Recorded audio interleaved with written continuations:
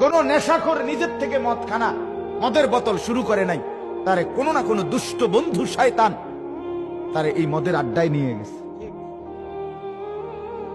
নারীর ফাঁদে ফেলে দিছে, সস্তা প্রেমের ফাঁদে ফেলে দিছে।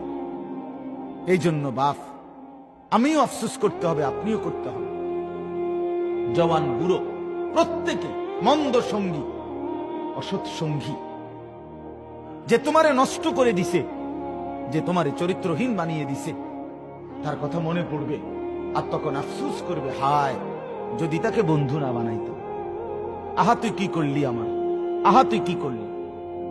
মাদক দ্রব্য খাচ্ছে মুসলিমরাই, সে জানে না একবার মাদক দ্রব্য সেবন করলে 40 দিন নামাজ কবুল হয় না। কেউ যদি মাদক দ্রব্য সেবন করে এবং এই অবস্থায় সে মৃত্যুবরণ করে, রাসূলুল্লাহ সাল্লাল্লাহু আলাইহি ওয়াসাল্লাম বলেছেন তাকে আল্লাহ পাক তিনাতুল খাবাল পান করাবে। সাহাবীরা জিজ্ঞাসা করছেন তিনাতুল খাবাল কি ইয়া রাসূলুল্লাহ? নবীজি বলছেন এটা জাহান্নামীদের রক্ত, মাংস, পুজের একটা মিশ্রণ, একটা পানীয়। আমরা কি খেতে চাই?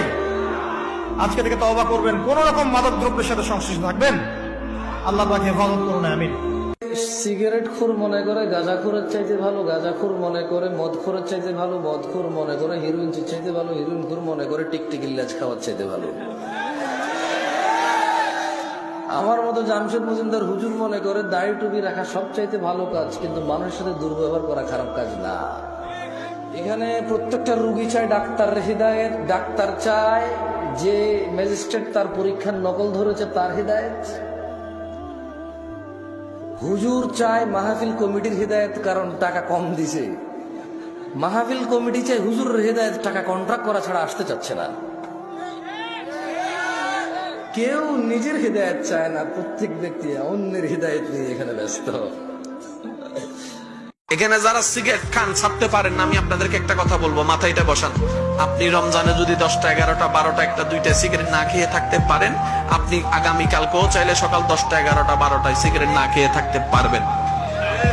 কারণ আপনি যদি না পারার হতো রমজানও পারতেন না।